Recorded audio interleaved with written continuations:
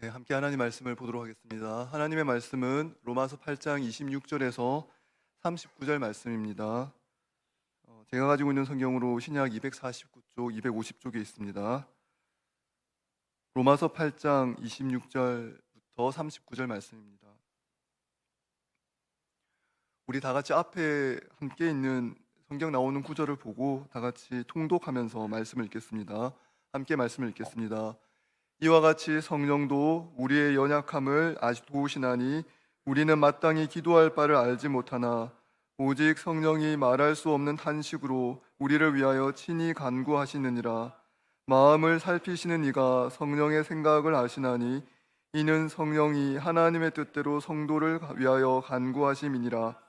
우리가 알거니와 하나님을 사랑하는 자 곧 그의 뜻대로 부르심을 입은 자들에게는 모든 것이 합력하여 선을 이루느니라. 하나님이 미리 아신 자들을 또한 그 아들의 형상을 본받게 하기 위하여 미리 정하셨으니 이는 그로 많은 형제 중에서 맏아들이 되게 하려 하심이니라. 또 미리 정하신 그들을 또한 부르시고 부르신 그들을 또한 의롭다 하시고 의롭다 하신 그들을 또한 영화롭게 하셨느니라. 그런즉 이 일에 대하여 내가 무슨 말 하리요? 만일 하나님이 우리를 위하시면 누가 우리를 대적하리요? 자기 아들을 아끼지 아니하시고 우리 모든 사람을 위하여 내주신 이가 어찌 그 아들과 함께 모든 것을 우리에게 주시지 아니하겠느냐? 누가 능히 하나님께서 택하신 자들을 고발하리요?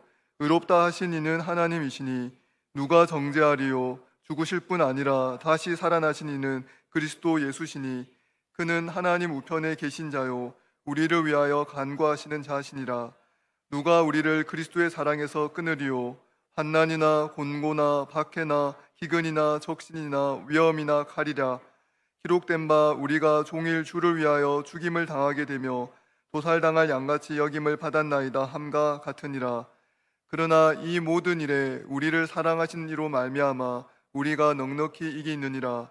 내가 확신하노니 사망이나 생명이나 천사들이나 권세자들이나 현재일이나 장래일이나 능력이나 높음이나 깊음이나 다른 어떤 피조물이라도 우리를 우리 주 그리스도 예수 안에 있는 하나님의 사랑에서 끊을 수 없으리라. 아멘. 저는 오늘 우리 주 그리스도 예수 안에 있는 하나님의 사랑이라는 제목으로 하나님의 말씀을 나누도록 하겠습니다.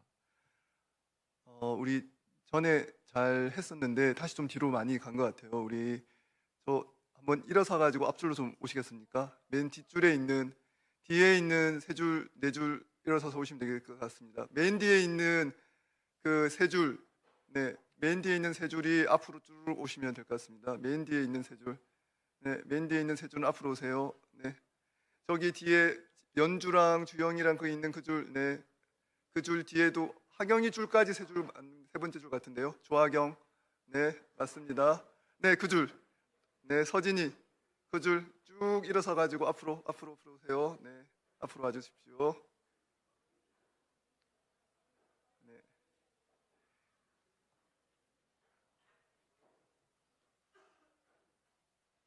네, 잘하셨습니다. 우리 옆 사람과 같이 인사하면 좋겠습니다. 우리 자리에 앉은 다음에 옆 사람과 반갑게 인사하겠습니다. 네, 옆 사람과 인사하겠습니다. 제가 인사할 말씀 알려드릴게요. 네, 졸지 맙시다. 네, 인사하겠습니다. 졸지 맙시다. 졸지 맙시다. 네, 또 인사하겠습니다. 나도 존 적 있습니다. 네,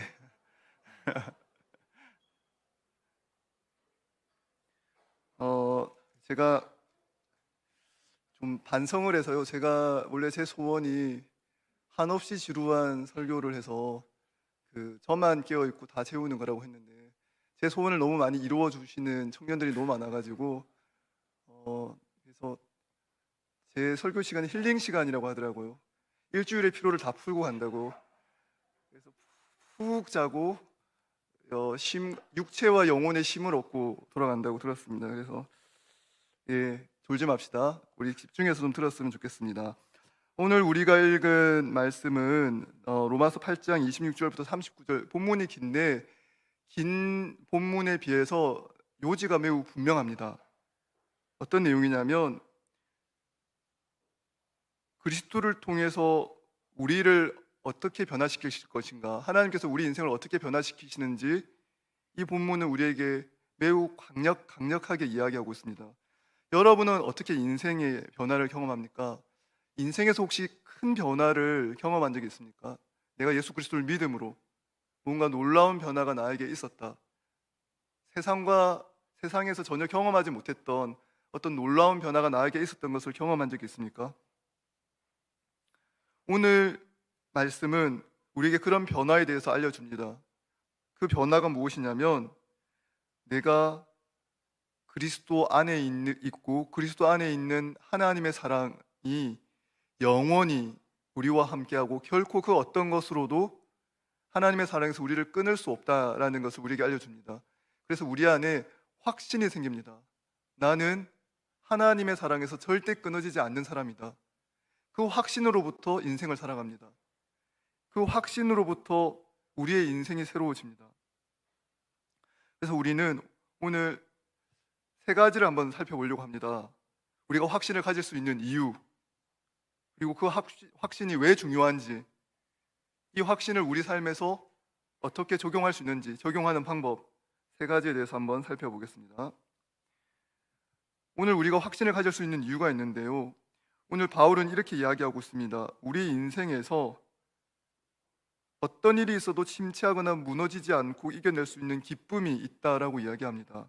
이 기쁨의 근원이 뭐냐면 확신입니다.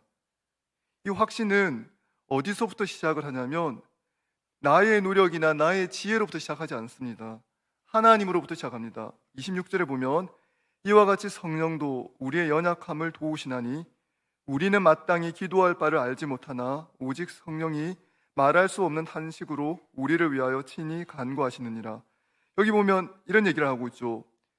성령께서 우리의 연약함을 도우십니다. 우리는 연약하고 우리는 약함을 가지고 있습니다. 약함만 가지고 있는 것이 아니라 우리는 무엇을 위해서 기도해야 하는지도 잘 모릅니다. 그래서 우리는 마땅히 기도할 바도 알지 못합니다. 이 마땅히 기도할 바라는 건 내가 반드시 기도해야 되는 내용입니다. 내 영혼이 지금 메말라가고 있고 내 영혼이 힘든 상태에 있으면 우리는 영혼의 건강을 위해서 기도해야 합니다. 내 영혼과 육체의 건강과 나에게 필수적인 기도 제목이 있겠죠. 인생의 비참함이 무엇이냐면 무엇을 위해 기도해야 할지도 잘 모릅니다. 인간의 무지함이 있는 거죠. 근데 어떻게 얘기합니까? 우리는 마땅히 기도할 바를 알지 못하나 오직 성령이 말할 수 없는 탄식으로 우리를 위하여 친히 간구하시느니라. 이 말할 수 없는 탄식은 말 일이 없는, 그러니까 소리를 내지 않지만 안타까워하는 마음으로, 그 탄식하는 마음으로 하나님께, 성부 하나님께 우리를 위하여 친히 이야기하신다는 겁니다. 왜 그렇게 하십니까? 우리가 무엇을 위해 기도해야 될지 잘 모르니까 성령님께서 그렇게 하신다는 겁니다.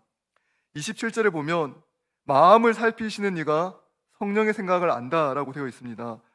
마음을 살피시는 이가 하나님이시고 성부 하나님이시고 성부 하나님께서 성령의 뜻을 아셔서 성령이 하나님의 뜻대로 성도를 위하여 간구하게 하십니다. 우리에게 가장 좋은 건 무엇일까요? 우리에게 하나님의 뜻이 이루어지는 것입니다. 하나님께서 우리의 부족을 아시고 우리의 연약함을 아시고 우리에게 무엇이 필요한지를 알고 있으십니다. 그리고 그것을 채워 가실 것이고 부족함을 메꾸어 가실 것이고 우리를 인도하실 것입니다. 이 28절의 말씀은 매우 유명한 말씀이고 보통 수능을 앞두거나 수능 당일날 이 말씀을 많이 암송도 하기도 하는데요. 28절 말씀, 우리가 알거니와 하나님을 사랑하는 자 곧 그의 뜻대로 부르심을 입은 자들에게는 모든 것이 합력하여 선을 이룬다라고 되어 있습니다. 하나님을 사랑하는 자에 대해서 28절은 뭐라고 얘기하냐면 하나님을 사랑하는 사람은 그의 뜻대로 부르심을 입은 자들이라고 얘기합니다. 그러니까 하나님을 사랑하는 자, 그 사랑이 어디서 왔냐면 하나님이 우리를 불러주셨기 때문에 사랑이 시작됐다는 거죠. 그리고 하나님께서 불러주셨기 때문에, 하나님께서 우리를 하나님의 자녀로 불러주셨기 때문에 하나님께서 우리 인생의 모든 것을 사용해서 선을 이룬다고 이야기합니다. 여러분은 하나님의 사랑에 대한 확신이 있으십니까? 어떤 일이 있어도 내 삶에 무슨 일이 닥쳐도 하나님은 여전히 나를 사랑하시고 나를 지켜주시고 나를 보호하신다. 하나님이 나의 반석이 되시고 나의 피난처가 되시고 나의 요새가 되시고 나의 구원이 되신다는 확신이 있으십니까? 이런 확신을 가지기 어려울 때가 있습니다. 언제 어려울까요? 인생 가운데 도무지 이해할 수 없는 고난이 닥치거나 내 인생이 내 마음먹은 대로 풀리지 않거나 하면 무슨 생각이 드냐면 이건 하나님의 뜻이 아니다. 아니면 하나님이 나를 버렸다. 하나님이 지금 이 순간에 나를 도와주지 않는다. 라는 생각이 드는 것입니다. 그런 생각이 들 때마다 우리는 도단에서 일어난 일을 한번 살펴볼 필요가 있습니다. 성경에 보면 도단에서 일어난 두 가지 일을 성경은 이야기합니다. 여러분, 도단하면 떠오르는 게 있습니까? 도단이라는 지명이거든요. 도단이라는 곳에서 유명한 사건이 일어납니다. 두 명의 인물이 있습니다. 아시는 분 있을까요? 네, 제가 한번 화면 보여주세요. 도단에서 있은 일. 먼저 요셉에게 일이 있어났습니다. 무슨 일이 있었냐면 창세기 37장에 보면 요셉의 아버지 야곱이 형제들을 데려오라고 합니다. 형제들을 데려오라고 하는데 세겜에 갔는 줄 알고 가다가 찾지 못해서 방황합니다. 그래서 요셉이 방황하고 있으니까 어떤 사람이 그를 만난즉 그가 들에서 방황하는지라 그 사람이 그에게 물으니 네가 무엇을 찾느냐? 요셉이 이르되 내가 내 형들을 찾아오니 청하건대 그들이 양치는 곳을 내게 가르쳐 주소서. 그 사람이 이르되 그들이 여기서 떠났느니라. 내가 그들의 말을 들으니 도단으로 가자 하더라.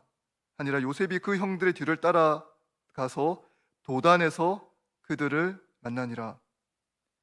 근데 무슨 일이 있었냐면 요셉이 그들에게 가까이 오기 전에 그들이 요셉을 멀리서 보고 죽이기를 구했습니다. 죽이려고 하다가 이 마지막에는 죽이진 않고 노예로 팔려가죠. 이 도단이라는 장소는 요셉에게 매우 끔찍한 장소입니다. 아버지가 심부름을 명령하셔서 형들을 데려오라고, 양치는 형들을 데려오라고 해서 아무런 걱정 없이 의심 없이 형들을 만나러 갔습니다. 세겜이라는 지역에서 형들을 찾으러 갔는데 세겜이라는 지역에 형들이 없었습니다.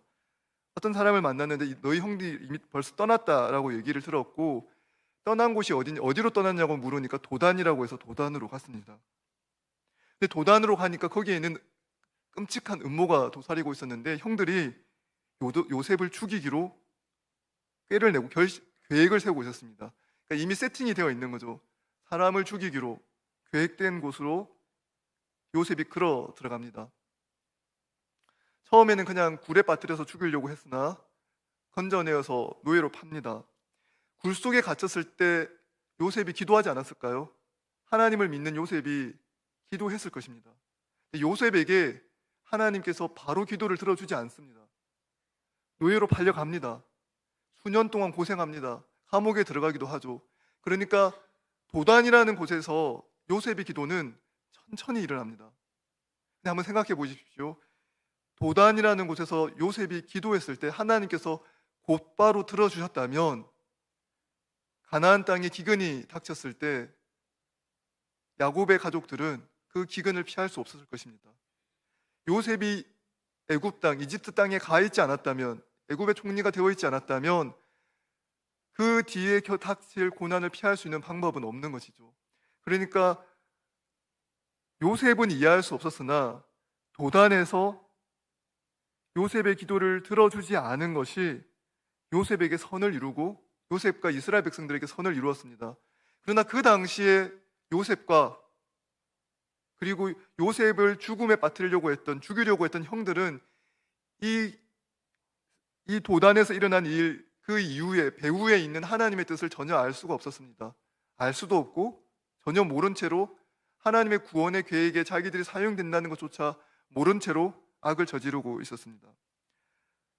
또 도단에서 일어난 일이 있습니다. 바로 엘리사입니다. 이때 보면 엘리사를 바로 사로잡으려고 엘리사를 포위해서 잡으려고 온 많은 군인들과 병사들이 있었는데 이 말씀 한번 보겠습니다. 도단에서 생긴 일. 네. 왕이 이르되 너희는 가서 엘리사가 어디 있냐 보라. 내가 사람을 보내어 그를 잡으리라. 왕에게 이르되 아뢰어 이르되 보라 그가 도단에 있도다 하나이다. 왕이 이에 말과 병거와 많은 군사를 보내매 그들이 밤에 가서 그 성읍을 에워쌌더라. 하나님의 사람의 사환이 일찍이 일어나서 나가보니 군사와 말과 병거가 성읍을 에워쌌는지라. 그의 사원이 엘리사에게 말하되 내 주여 우리가 어찌하리이까 하니 대답하되 두려워하지 말라. 우리와 함께한 자가 그들과 함께한 자보다 많으니라 하고 기도하여 이르되 여호와여 원하건대 그의 눈을 열어서 보게 하옵소서 하니 여호와께서 그 청년의 눈을 여심해 그가 보니 불말과 불병거가 산에 가득하여 엘리사를 둘렀더라. 아람 사람이 엘리사에게 내려오매 엘리사가 여호와께 기도하여 이르되 원하건대 저 무리의 눈을 어둡게 하옵소서 하매 엘리사의 말대로 그들의 눈을 어둡게 하신지라. 엘리사가 그들에게 이르되 이는 그 길이 아니오 이는 그 성읍도 아니니 나를 따라오라. 내가 그 너희를 인도하여 너희가 찾는 사람에게로 나아가리라 하고 그들을 인도하여 사마리아에 이르니라. 이 도단이라는 곳에서 엘리사는 기도합니다. 근데 기도하니까 무슨 일이 나타났습니까? 즉각적으로 하나님께서 응답해 주셨습니다. 즉각적으로 응답하셔서 엘리사를 지켜주시죠. 엘리사를 지켜주시는 일도 선한 일입니다. 그리고 요셉을 도단에서 바로 구해주지 않고 애굽의 노예로 팔려가게 하신 것도 하나님의 선을 이루는 일입니다. 그러므로 우리는 하나님께서 어떠한 계획으로 어떠한 일로 우리를 인도하실지 잘 모릅니다. 그런데 우리 가운데 확신이 필요합니다. 하나님께서 사랑하는 자, 하나님을 사랑하는 자, 그의 뜻대로 부르심을 입은 자들에게는 모든 것이 합력하여 선을 이루실 것이라는 확신, 이 확신이 우리에게 필요한 것입니다. 근데 우리는 이 확신을 잘 못할 때가 있습니다. 왜 그러냐면 여러 가지 상황 속에서 이미 많은 어려움을 겪고 있기 때문입니다. 어떤 일들을 만나면 우리는 하나님의 사랑에서 끊어지는 것 같은 일들을 경험합니다. 죽게 되거나 생계가 위협받거나 내가 인생에서 계획했던 일들이 좌절되면 하나님의 사랑이 끊어지는 것처럼 느껴질 때가 있습니다. 그러나 우리에게 오늘 본문이 알려주는 바는 그 무엇도 우리를 끊을 수 없다는 것입니다. 29절부터 30절까지는 우리의 구원에 대해서 알려주는 매우 중요한 본문입니다. 29절 이렇게 되어 있습니다. 하나님이 미리 아신 자들을 또한 그 아들의 형상을 본받게 하기 위하여 미리 정하셨으니 이는 그로 많은 형제 중에서 맏아들이 되게 하려 하심이니라. 먼저 하나님께서 미리 아셨습니다. 우리를 예지하셨죠. 우리의 존재에 대해서 영원 전부터, 우리가 무엇인가 형성되기 전부터, 그 영원 전의 시간부터, 시간이라는 게 있기 전부터 우리를 아셨습니다. 그리고 우리를 하나님의 자녀로 부르셨습니다. 예지하셨고 하나님의 자녀로 정하셨습니다. 예정하셨고, 그리고 30절 또 미리 정하신 그들을 부르시고 하나님의 자녀로 불러주셨습니다. 그리고 부르신 그들을 칭히 의롭다 하시고 의롭다 하신 그들을 영화롭게 하셨습니다. 이 일의 처음 계획과 끝과 이루어오시는 모든 과정에서 누가 하죠? 하나님이 하십니다. 사람이 하나요? 사람이 기여하는 바가 조금도 없습니다. 하나님께서 여러분을 처음 미리 아실 때 여러분이 기여하신 바가 있습니까? 여러분의 특별함, 여러분의 지능, 여러분의 미모, 여러분의 탁월함, 재산, 그런 것이 하나님께서 여러분을 미리 아실 때 그런 것을 고려하셨을까요? 그렇지 않습니다. 하나님께서 미리 아시고 택하시고 하나님의 자녀로 부르시고 의롭다 하시고 영화롭게 하셨습니다. 이 일 가운데 우리가 기여한 바가 아무것도 없습니다. 그러므로 하나님께서 우리의 편이 되어 주시고 우리와 함께 하시기로 작정하셨습니다. 그럼 이제 어떻게 될까요? 하나님께서 뜻하셨기 때문에 이 사랑에서 끊을 수 없다는 얘기를 하고 있습니다. 31절 말씀이 그것입니다. 그런즉 이 일에 대하여 우리가 무슨 말하리요? 만일 하나님이 우리를 위하시면 누가 우리를 대적하리요? 이 구원은 하나님께서 이루십니다. 그 누구도 이 사랑에서, 이 구원에서 끊을 수 없습니다. 이것이 확신입니다. 나는 나의 어떠함과 상관없이 나의 구원은 확정되어 있고 나는 결코 어떻게 하더라도 이 구원에서 떨어지지 않는다. 이것이 하나님의 사랑에 대한 우리의 확신이 됩니다. 사랑하는 청년 여러분, 여러분은 이 확신을 가지고 있으십니까? 이 확신을 가지고 살고 있으면 여러분이 두려움 없이 살아갈 수 있습니다. 그런데 많은 사람들이 이와 같은 확신을 잘 못 가집니다. 특별히 이 개념을 좀 받아들이기 어려운데요. 어떤 개념이냐면 나의 구원이 이미 확정되어 있다. 내가 어떻게 하든 그걸 받아들이기 어렵습니다. 왜냐하면 내가 믿어서 구원을 받고 내가 결정하고 내가 선택하는데 이렇게 모든 게 확정되어 있다면 나의 의지의 자유, 내가 스스로 선택할 자유는 도대체 어디 있느냐 이런 생각이 드는 거죠. 모든 것이 확정되어 있고 정해져 있다면 도대체 내가 하나님을 믿는 믿음은 무슨 필요가 있으며 내가 어떻게 살아도 방종하여도 나의 구원은 취소되지 않을 것 같은 생각이 듭니다. 이런 논쟁이 많이 있습니다. 여러분 어떻게 생각하고 있습니까? 우리는 항상 이것 아니면 저것이라고 생각하는 거죠. 하나님이 이미 우리를 예정하셨고 예지하셨고 이 구원을 결코 끊지 않는다고 얘기해 주고 있습니다. 하나님의 사랑에서 그 무엇도 우리를 끊을 수 없습니다. 그러면 우리의 믿음은 필요가 없을까요? 우리의 믿음은 아무 상관도 없는 것입니까? 성경은 이렇게 이야기하지 않습니다. 성경은 결코 우리의 믿음이 필요 없는 구원을 이야기하지 않습니다. 마치 무엇과 같냐면 비슷한 예가 될지 모르겠지만 여러분이 빛이 입자냐 파동이냐 이과 학생들이 이해할 수 있을 것 같은데요. 빛이 입자입니까 파동입니까?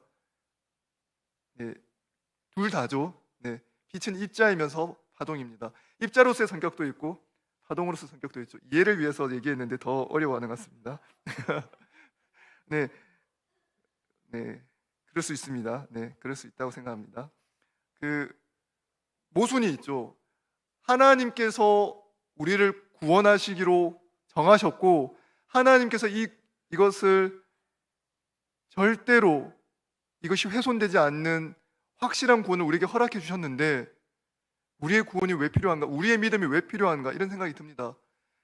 성경은 우리에게 이렇게 얘기합니다. 하나님을 사랑하는 자는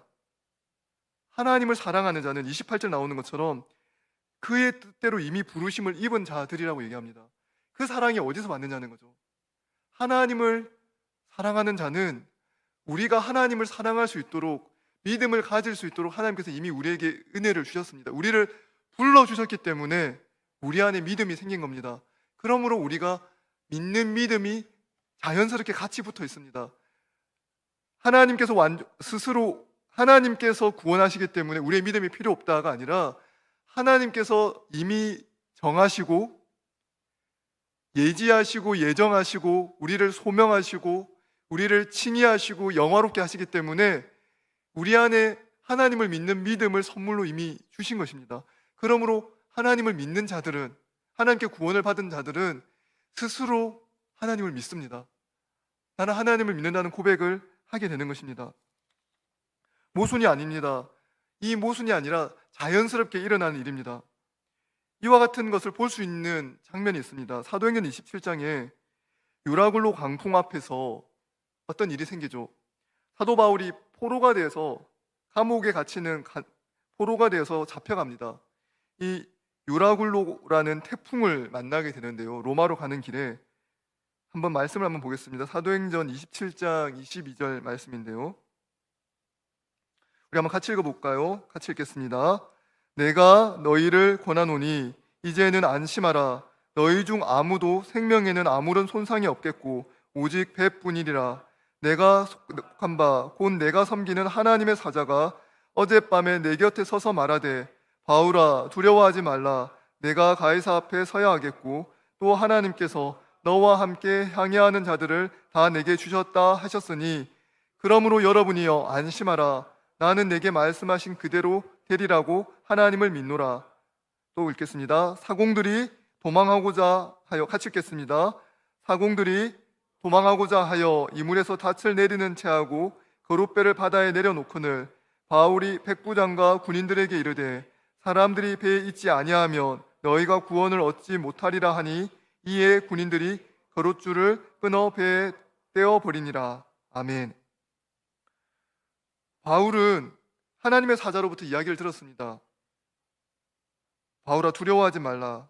너는 반드시 가이사 앞에 설 것이고 하나님께서 너와 함께 항해하는 자를 다 지켜주실 것이라고 이미 얘기해 주셨습니다. 하나님 뜻은 분명합니다. 하나님께서 이 일을 이루십니다. 그런데 무슨 일이 일어났죠? 사공들이 배를 끊고 도망치려고 합니다. 이 배를 운전할 사람, 항해하는 데 있어서 이 배를 조종할 사람들이 누굽니까? 이 사공들인데 사공들이 지금 도망치려고 하고 있습니다. 그럼 어떻게 해야 될까요? 하나님의 구원은 이미 확정되어 있으니까 나는 가만히 있어야겠다. 나는 하나님 믿는 믿음으로 아무것도 하지 않겠다. 사도 바울이 그렇게 했습니까? 그러지 않았습니다. 사도 바울은 분명하게 알고 있었고 믿고 있었습니다. 하나님께서 나를 지켜주신다. 나와 함께 하시고 나를 반드시 가이사 앞에 서게 할 것이다. 그 사실을 분명하게 알고 있었습니다.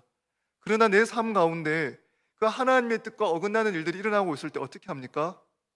그 사실을 믿고 있기 때문에 적극적으로 다시 하나님께 동참하는 행동을 합니다.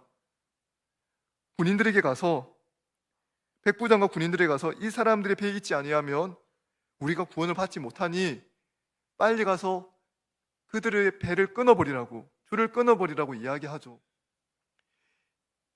사도 바울이 보여준 것이 바로 믿음을 가진 사람의 태도입니다. 우리는 하나님에 대한 확신이 있습니다. 하나님 우리와 함께 하시고 우리를 지켜주십니다.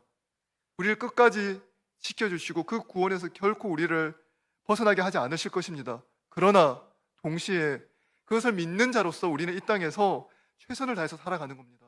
하나님의 도우심을 믿기 때문에, 하나님이 나와 함께 하심을 믿기 때문에 최선을 다해서 살아갑니다. 요셉이 여호와 하나님이 요셉과 함께함을 이방인들도 알았습니다. 애굽 사람들도 알고 있었고, 요셉이 인생이 잘 풀리는 것, 요셉이 하는 일에 지혜가 있는 것, 하나님이 함께하심 때문이라는 것 이방인들도 알았습니다. 요셉도 알고 있었습니다. 그렇다고 해서 요셉이 하나님이 나와 함께하시고 하나님이 나를 형통케 하시니 가만히 있습니까? 그렇지 않습니다. 믿음을 가진 사람, 하나님을 사랑하는 자, 하나님이 부르신 자는, 하나님을 사랑한 자는 그 사랑이 가능케 하는 믿음을 하나님께서 이미 선물로 주시는 겁니다. 하나님을 믿는 자, 하나님이 나를 지키시고 나를 끝까지 보호하실 것이라는 것을 믿는 사람은 하나님의 일하심을 신뢰합니다. 그리고 하나님의 도우심을 믿기 때문에 그 도우심을 믿는 믿음 안에서 하나님의 능력을 의지하여 최선을 다해서 살아갑니다. 이게 우리의 믿음과 상충되지 않습니다. 믿음을 가지고 있기 때문에 힘을 다해 살아갑니다. 많은 그리스도인들이 여기에서 힘들어합니다. 믿음이 강한 사람이 아무것도 하지 않으려고 합니다. 믿음이 있기 때문에 열심히 노력하는 걸 믿음 없는 태도라고 생각하고, 믿음이 있다면 아무것도 하지 않고 가만히 있으라고 생각하죠. 그렇지 않습니다. 사도 바울의 모습이 우리에게 도전하고 있습니다. 나는 하나님의 살아계심을 믿고 하나님이 나를 지켜주신다는 걸 믿습니다. 나의 구원자이시고 나의 피난처이시고 나의 반석입니다. 동시에 그가 나를 도우시기에 내 삶의 자리에서 최선을 다해서 노력합니다. 하나님께서 행하실 일을 믿기에 하나님의 뜻을 향하여 나아가는 거죠. 하나님을 믿는 사람이기에 하나님께서 내 삶을 통해서 선을 이루실 것을 믿기 때문에 하나님의 선을 이루는 방향으로 최선을 다하여 달려가는 것입니다.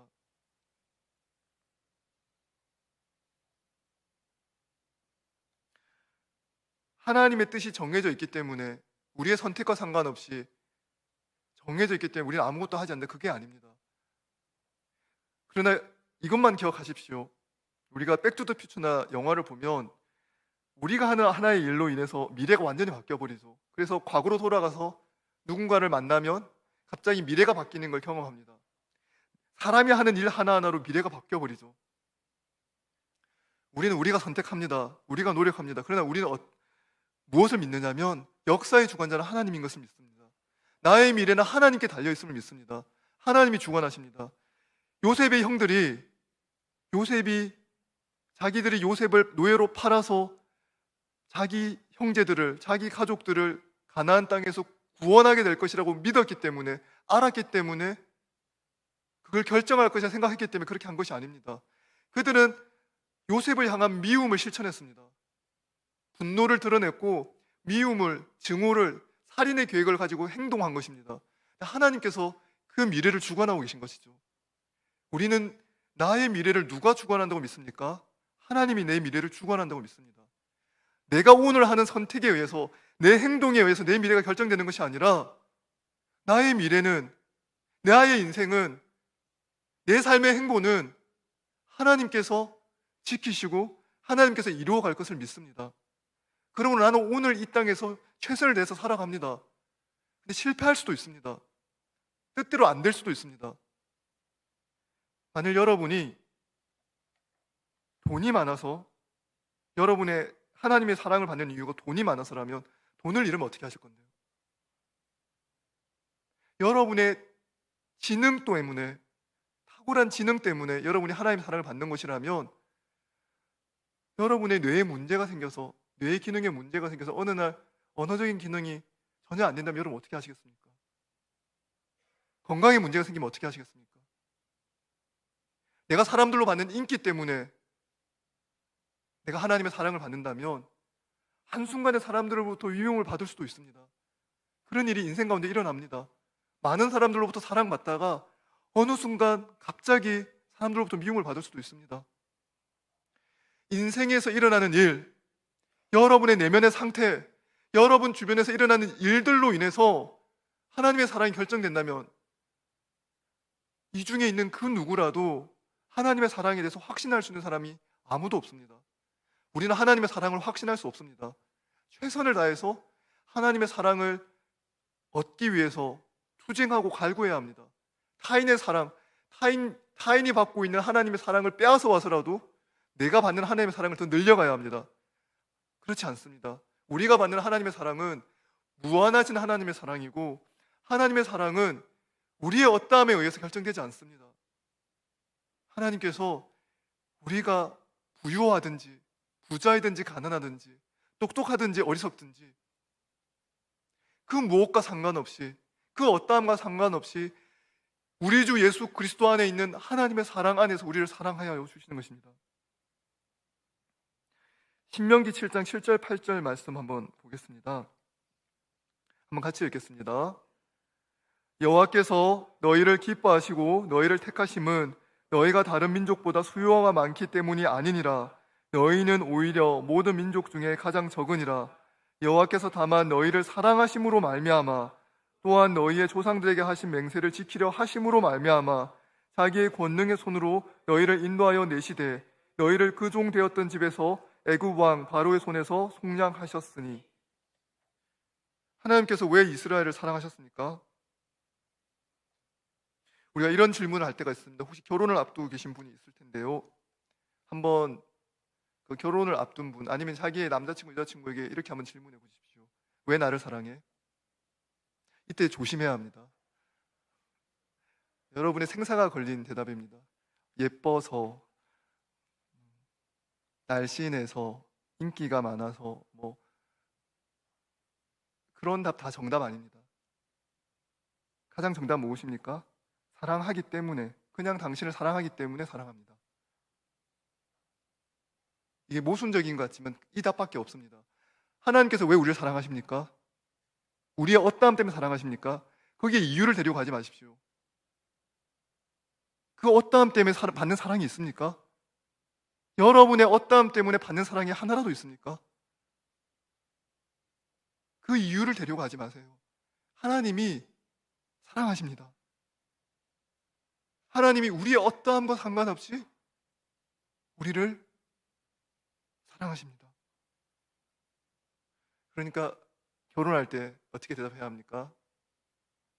그냥 당신을 사랑합니다. 그냥 당신을 사랑하기 때문에 사랑합니다. 이 마음으로 끝까지 사랑해야 합니다. 다른 이유를 대는 순간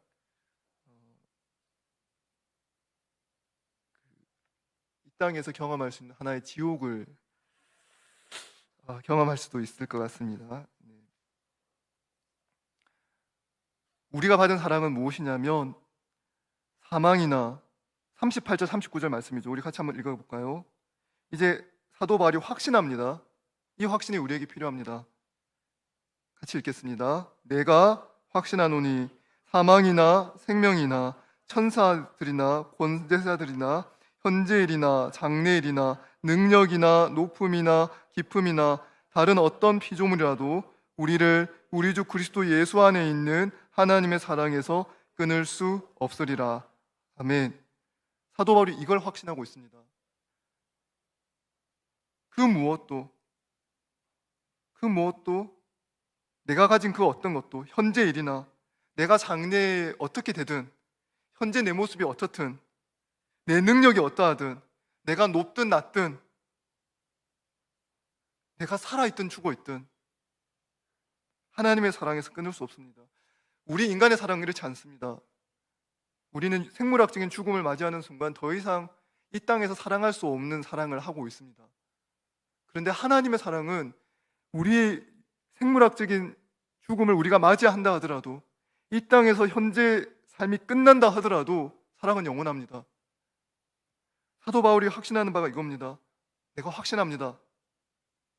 사망이나 생명이나 천사들이나 권세자들이나 그 어떤 일이라도 그 무엇이라도 나를 사랑하기 때문에 사랑하시는 그 사랑에서 나를 그냥 사랑하기 때문에 사랑하시는 그 하나님의 사랑에서 나를 끊을 수 없습니다.